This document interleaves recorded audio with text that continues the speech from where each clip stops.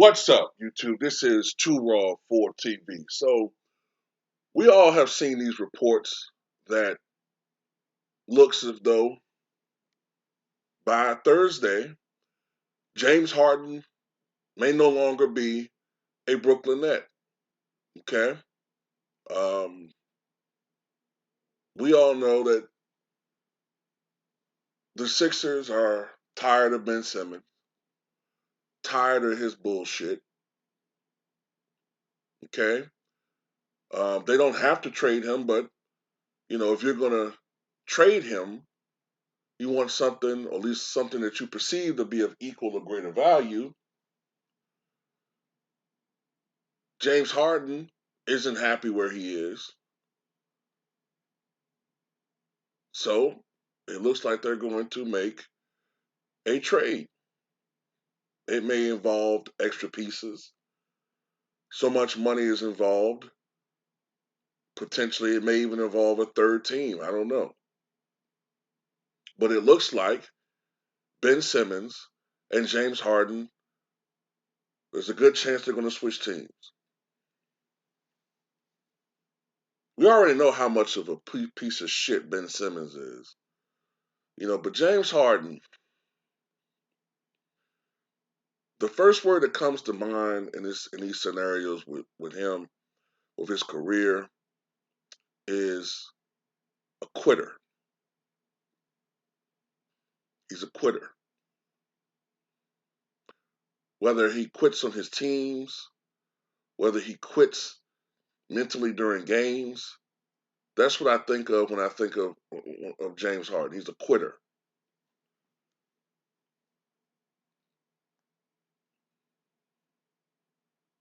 And quite frankly, I think a lot of people, no pun intended, I don't want to be nothing like fucking Stephen A. Smith, but quite frankly, I think a lot of times people underestimate, like, when you put teams together, the personality clashes, right?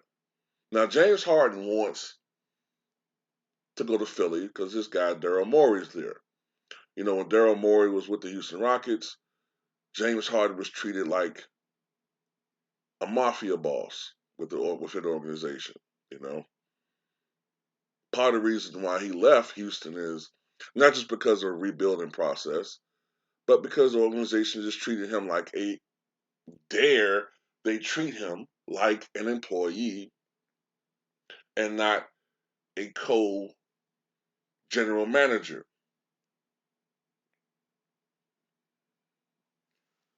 So he did everything he could.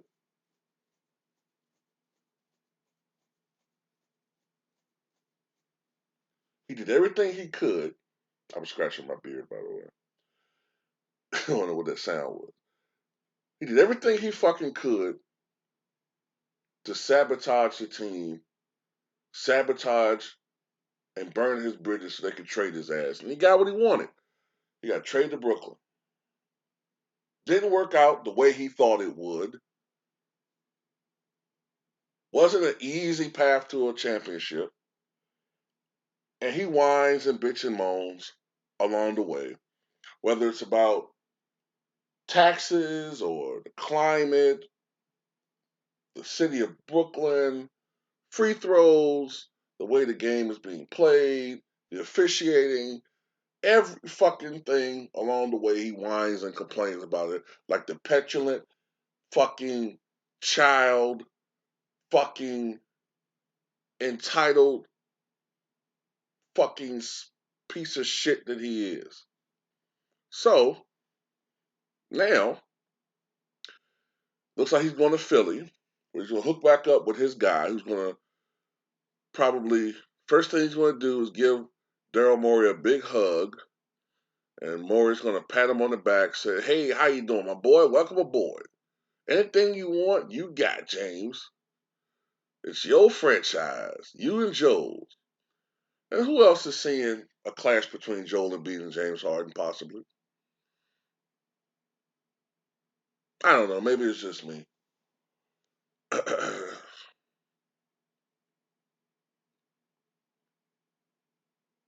And I can't understand how the media makes it seem like, well, James is very, very disappointed. He's very, very disappointed in the outcome. What the fuck? Yeah, nigga, you should be. You part of the problem. You brick shooting bitch.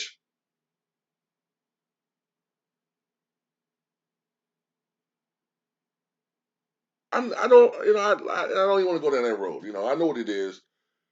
The media covers for him. I'm not even waste my energy on that shit anymore. But a guy like this, who's consistent, who's always ring chasing, they never have good luck. They never have good luck when it comes to all of this shit, you know. And he's more trouble than he's worth. And I think he's overrated. He doesn't play on both ends of the court at a high level. He's getting older each season. He has a lot of wear and tear on him.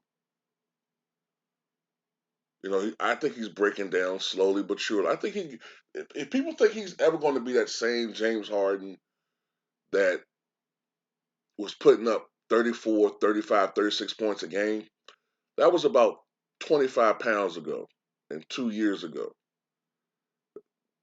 He's not going to be that guy anymore. I think he's capable of averaging 25 points a game. He is. He's capable of doing something like that in the right situation. Um, but history just shows that he's just not a guy that you can count on. Now the problem with Ben Simmons is he wouldn't pull the trigger in certain situations in the playoffs. James Harden is he can pull the trigger. The problem is he can't hit the broadside of a fucking mule for some reason in the playoffs. At least that's what history has shown us. But I wonder if he goes to Philly and James Harden has a shit show of a series, or at least craps his pants in pivotal games. I wonder who they're going to blame.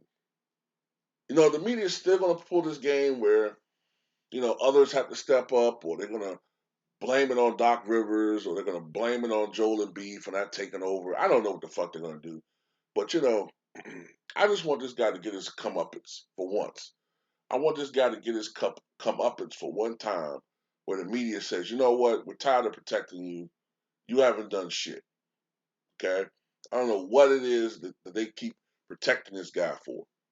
All it shows me is an overt bias that a lot of these analysts have toward people who are more media friendly than others, and also they have a bias toward offense. If you can score 30 points a game, they'll leave you alone. And if you can shoot, you're the greatest shooter, you're the greatest scorer, you get all this respect. If you can't shoot, you can play hard. You can do all of these things, but if you're not media friendly, then you're the worst player in the world. People openly disrespect you by mispronouncing your name. They always have to add qualifiers when they fucking praise you. Well, look, Russell Westbrook's one of the great players. I mean, he sucks though, but he's one of the great players. Whereas I don't see the difference between him and James Harden. They've both been to one fucking finals. They're both turnover machines. They haven't won a championship. They haven't gotten it done in the playoffs. But one gets so much fucking like honorific, like uh I mean, just high level respect. Like he's this chieftain of the league. And this other one, they treat him like he's a fucking piece of shit, servant, indentured piece of crap. You know what I'm saying? I don't know. All I know is this.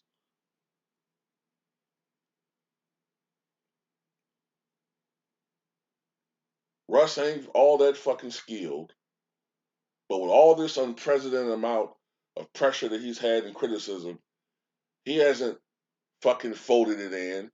He ain't, oh man, I want to quit. He's still hanging in there. This motherfucker is about to quit for a second time in 2 seasons. No criticism. None for the media. Nope, none. No criticism. And you wonder why I hate these motherfuckers. I hate the motherfucking media with all my fucking heart and soul because they're pieces of shit and they're biased and they don't and they play their favorites, man. But that's all I gotta say, man. Tell me what you guys think.